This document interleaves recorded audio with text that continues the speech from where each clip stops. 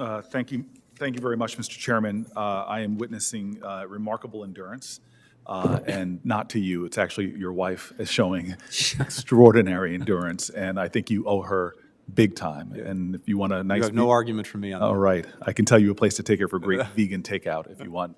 Senator Cruz and I go there all the time. So you correctly, you went to your university, the Stanford of the East, right? The Harvard, is that right? That's correct. Yes. Yes, and Harvard Business School did a great report that diverse teams are much better teams in terms of their private sector performance. And I've been stunned in my travels around the country as United States Senator when I go in country, meet with State Department teams about the what I would call a shocking lack of diversity, not just ethnic, racial diversity, but also even religious diversity. And I really appreciate you talking about that in your opening statement. And I heard the engagement I think you had, I think it was Chris Murphy, and you had some discussions about it.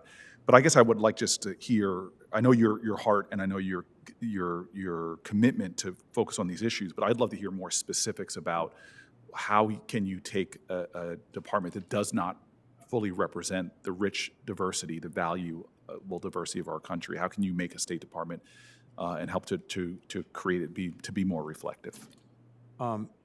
Senator, first let me say that if I'm confirmed to this job, I will view it as a significant measure of whether I succeeded or failed, however long I'm in the job, whether or not we have finally put in place the real foundations to make sure that we have a workforce at the State Department that looks like the country it represents. And I say foundations because, yes, we are going to make progress, real demonstrable progress on that. But as you know very well, it is not simply a matter now of appointing a diverse group of people to different jobs. We have to put in place much more systematically a recruitment process that stands the test of time and that reaches out into different communities in ways that we haven't done before. We have to have a retention process, because one of the problems that we've seen in the department is even when we've been able to recruit people from diverse groups, we've often had trouble retaining them because we have not been sufficiently attentive or sensitive to some of the specific concerns that they have. And finally, we have to have accountability, starting with the senior leadership, starting with the Secretary of State, to make sure that we're following through on these commitments. And one way that we're going to do that, if I'm confirmed to this, is I will appoint very, very soon a Chief Diversity Officer who will ensure that we have benchmarks and that will ensure that we have transparency, including information that we'll share with this committee to make sure that there is a way of holding accountable the senior leadership. Well, I think that's really important. And as Senate Democrats, Senator Schatz and myself went to Chuck Schumer and asked him to publish every office's diversity statistics. And amazingly, that public accountability has seen the number of diverse members of Senate offices go up on the Democratic side considerably. I would also say that there's other issues. There are unpaid internship programs at the State Department, which really do select for certain people of certain and even paid. I think, I know there's been some work done to make sure that we actually have some resources for paid internships. Yeah, and that's what I'm saying. We should be looking at more paid opportunities to absolutely. for disadvantaged people, and I'm doing some work on that, and I look forward to connecting with you on it. I was really appreciative of the dialogue that you and Senator Coons had about the Horn of Africa. I think we see what's beginning to look like a civil war in Ethiopia. I think the grand Ethiopian Renaissance Dam conflict is growing and could potentially boil over. Sudan and Ethiopia have growing tension and growing conflicts. As you know, the Horn of Africa is of extraordinary importance. We have seen humanitarian disasters there before of staggering human toil. We also have one of the more important shipping lanes where about 10% of all global cargo goes by. You use the words with him that you want to have diplomatic active engagement. What does that mean? Well, in the first instance, it means actually showing up at the right levels to use what diplomatic weight we have with the government, with the leadership in Ethiopia in the first instance, And there are a number of things that I think, at the very least, would need to be done on short order. Can I interrupt you? Yeah, of course. So I actually think that all that's great, but can I just ask you, why not appoint a special envoy to the Horn of Africa? Does that seem like something that might? I'll take a very quick look at that for the reasons that you cite. I share the concern that you have that this is something that the instability that was sparked by the aggression and events in Tigray.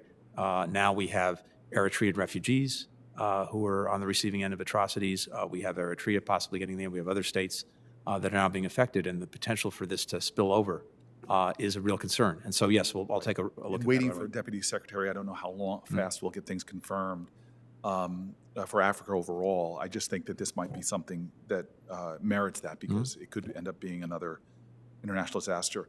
I think I mentioned to you when I had one of the more amazing trips of my life with Senator Flake, as well as some of my colleagues like Chris Coons, to Africa. One of the first things that jumped out at me as we were flying to Zimbabwe to meet with Mnangagwa and talk to him about the sanctions we were holding, that he was flying back at that time from China, and the headlines were, "We don't care. China doesn't care about their suppression of minorities, their political processes," and the expansion of the Chinese influence is stunning to me.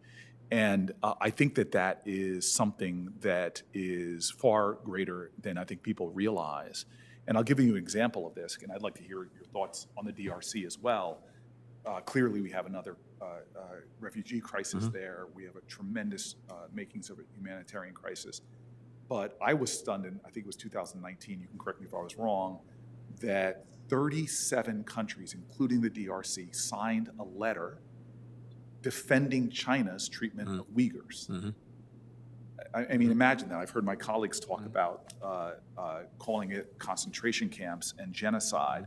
And here you have China's influence has expanded so much that you have 37 ambassadors to the United Nations, including the countries like the DRC, that have been so thoroughly engaged by China that they are defending something as horrific as that we're going over there. And so that, to me, especially in the continent of Africa, is something that should send alarms to all of us in terms of the global competition between freedom and democracy and a totalitarian or authoritarian governments that suppress minorities and wreak havoc, frankly, in terms of the humanitarian disasters. And I just want to hear more from you, perhaps, about how we're going to meet that specifically in the context of Africa, in the context of from the Horn of Africa to the DRC, to challenges we're seeing in the Sahel region.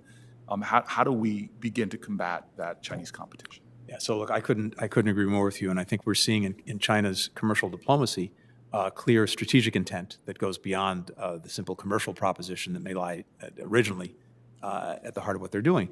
But we have a couple of things to work with. One is the fact that the way China engages in commercial diplomacy tends to be actually a pretty bad deal for the recipients, except possibly for a leader who may benefit from the corrupt aspect of that. So when China's coming in and it is ladening debt on countries in a way that they can't possibly afford, so that ultimately it either owns the asset when they can't repay it, or resources are taken away from the people to pay off this debt, that winds up being a bad news story. When they bring in Chinese workers instead of using local workers to actually build the projects, no environmental standards, and then the corruption that comes with it, I think more and more countries that have been on the receiving end of China's largesse have come to regret it. That's one piece of it. And I think shining a bright light on the way China engages in commercial diplomacy, juxtaposing that to the way we do it is one way to help. The other thing is, I think most, as I've seen it, and it comes up in the polling, most people in most countries in Africa would prefer, if given the choice, to be engaged with us. Absolutely. And that's why my hope is, again, often we have these silos, State Department, Commerce, trade, often that aren't working in a cohesive plan. And what we're seeing happening in places like DRC, where we have rare earth metals and other sort of business interests, is we don't have a holistic plan that ultimately could strengthen the economy of a lot of African countries that play into our sense of of larger purpose. I have 6 seconds left. I'm going to use it just to sound off to you about my frustrations in this global pandemic that which is directly related to the economy. And so you have America seeing that firsthand, the suffering. But we will be vaccinated if things continue on this pace. This nation will be vaccinated. This pandemic will be behind us. But in developing nations, like in Africa, I've seen projections that till 2024, it could take to end that, which not only has a grievous loss of life globally, but also means that the economic crises we're already seeing in these very poor nations will grow dramatically worse. If we are not saying this now and finding ways with global pharmaceutical companies to find a way, then we are relegating developing nations to a level of death, carnage, and economic collapse that is shameful. And I would hope if you could just give me some assurances that you're aware of this and are committed to doing something about it. Yes, absolutely. Very concerned. We were talking about this a little bit earlier about the various tails that risk wagging the COVID dog, and those are among the most concerning. Thank you very much. From a guy who went to a safety school, you turned out all right. I look forward to supporting you. Thank you, Senator. And Chairman, Thank you, Senator